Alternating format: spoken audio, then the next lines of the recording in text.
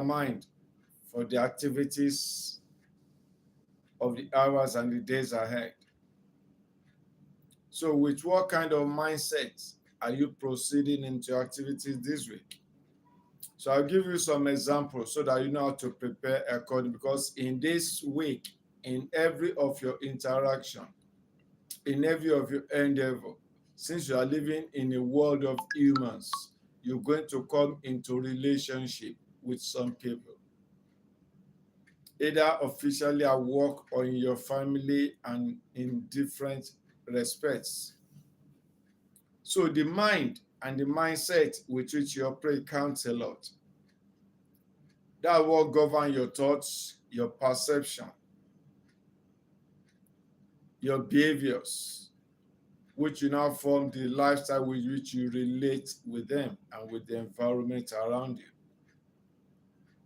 So we have the positive mindset, we have the negative mindset, we have the growth mindset, we have the fixed mindset. So I want to adjure you to do all you can to try and understand more about the positive mindset and try to operate with that. You can say, is that not choosing to live in a world of self-delusion? Yes, the world is made up of the good, the bad, the ugly. The sun shines, we have light, we have darkness, we have bright, we have the dull weather, we have the exciting weather, we have the cool weather. Life is a mixed grill. And you also have to remember or know for a fact, once again, as a reminder, that life being a mixed grill, there are a lot of things that affect and influence your life and activities that are beyond your control.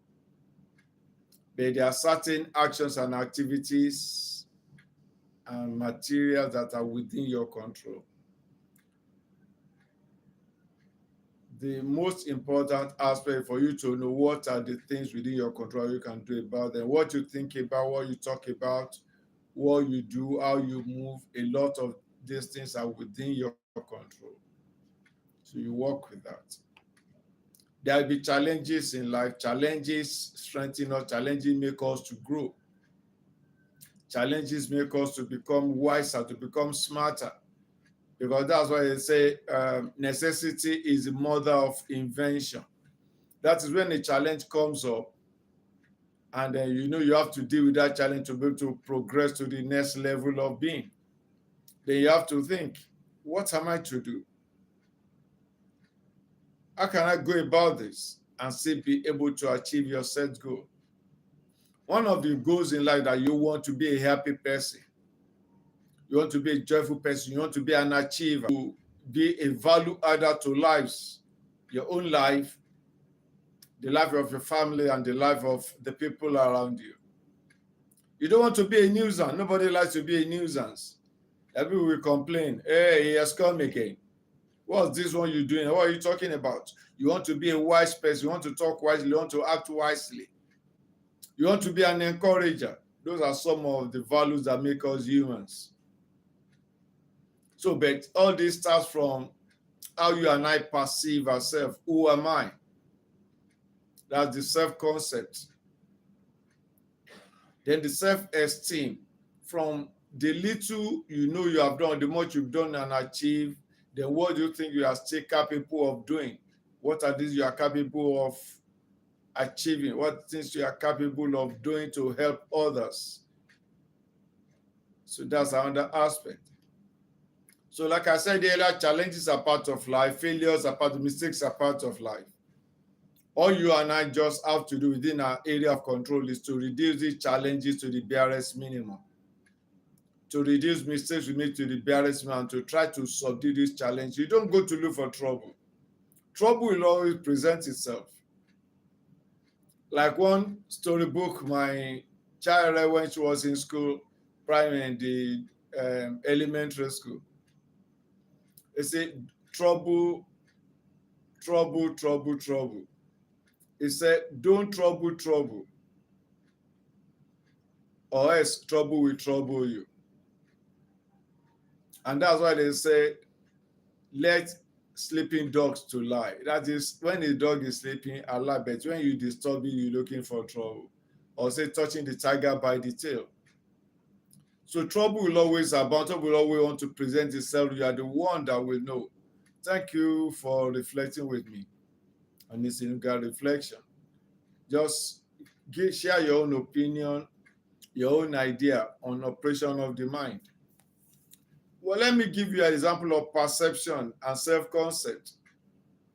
There is a story in the Bible about the children of Israel. They were to go to the promised land according to the documentation of the events that time.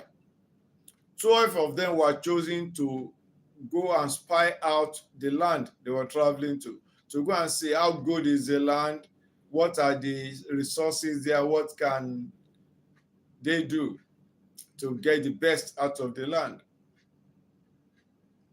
So 12 of them went, they got to the land, they saw fruits, they saw a lot of beautiful things. In the midst of that, they still saw some other things, like they saw that the human beings there then were much bigger than them. They called them giants. So when they came back to their commander that sent them, 10 of them were very fearful and said, we can't go to that land. It's a land that eats up its people. They said they were like grasshoppers before those people. So you can imagine a grasshopper beside a giant. So that's how they perceive themselves and the president said, therefore, fear had already finished them. They've already killed themselves by fear. Even when they stand before those people, and then you say, they will have melted and crumbled. So that's why people don't say, don't die before death itself. Be of good courage. That's why in July they say, cowards die many times before they are dead, but the valiants never taste of death but once. It's appointed that the man wants to die. But before death comes, you don't start shaking before it. That's the principle. So 2 others said, well, they may be big, but we have a force that is working with us. That is the force of God. And God has given us assurance He will go before us. He help us to prepare the land. He help us to achieve our goals. Please remember to give thumbs up. Remember to share your comment. And if you have not subscribed to my channel, please subscribe so that we can always reflect together on things that add value to our lives. So 2 of them said, well, we are able to go up and possess that land. So you could see the perception varied. 12 people went, they saw the same thing, but 10 saw it one way, 2 saw it different ways. And those 2 had the upper hand.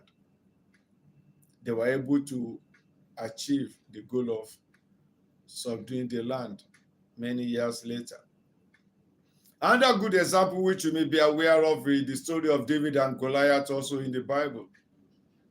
The children of Israel were fighting the Philistines, and the Philistines had a giant among them, though it was not just Goliath, there were some more, but the biggest of them and the most outstanding of them was Goliath. So Goliath came forth, and the children of Israel, anytime Goliath stand out and say, "You slaves of Saul," they will start to shake and cower.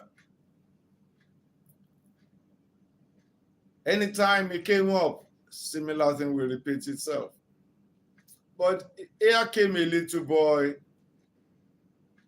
a youth, sent by his father to go and visit his brothers at the war front. Then he saw all of them shaking. He said, what's up? Then they narrated to him that there is a man there called Goliath. Then what did the king say will happen if somebody is able to subdue this man? So others saw Goliath as an insurmountable barrier, as something that was beyond them. But when David saw Goliath, he just saw it as something he could play with, just like other things he had victory over in the past. He told the king, I said, "Oh king, stop shaking, don't worry yourself. This Goliath will be subdued just like God has helped me to subdue some other villains that came to attack my sheep when I was my father's sheep in the wilderness." He said, when the lion came to come and eat one of the sheep, I stood up to it and I slaughtered it. Another grizzly bear came. The same, I took it by the bear, slaughtered it. This Goliath will be like just one of them. That was his perception. That was the mindset. His size to Goliath were not comparable. But what happened at the last, you know this story. David ended up slaughtering Goliath. He cut off his head with Goliath's sword. So that is the story. So you can see the way you see things matter a lot. That's why the Bible also says, as a man thinks in his heart, so he is. So be careful how you see things, how you perceive things. Don't say this is impossible. I cannot do it. I cannot achieve it.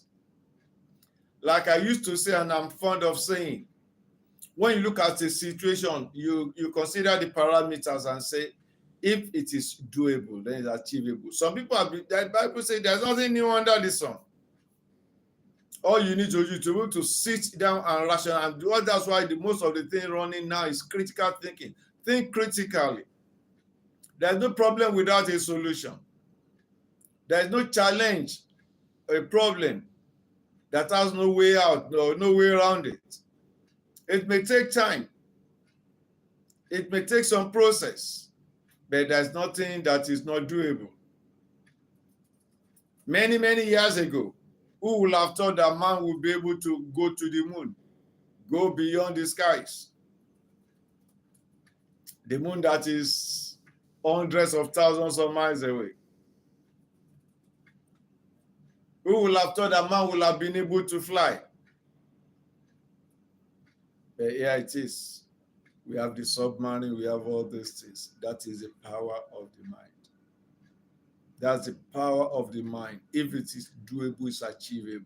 All you need to think. What you used to say, put on your thinking cap.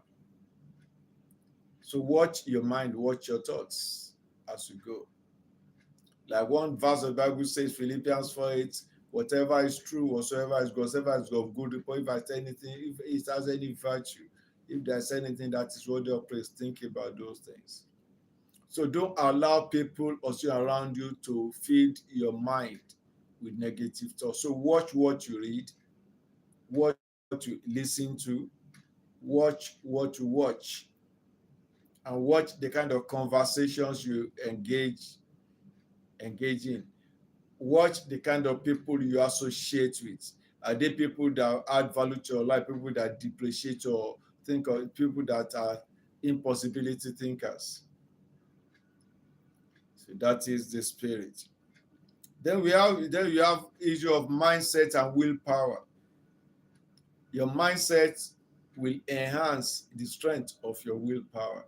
The willpower is your ability to say, yes, I'm able to achieve this. Remember, as a man thinks in his heart, so is he. So what's your thought like as you go into this week? Remember, this is Nisinuga Reflections. Share your comments, give thumbs up, and subscribe to my channel so we're going to reflect together on things that add value to your life. Life is sweet. Life is beautiful.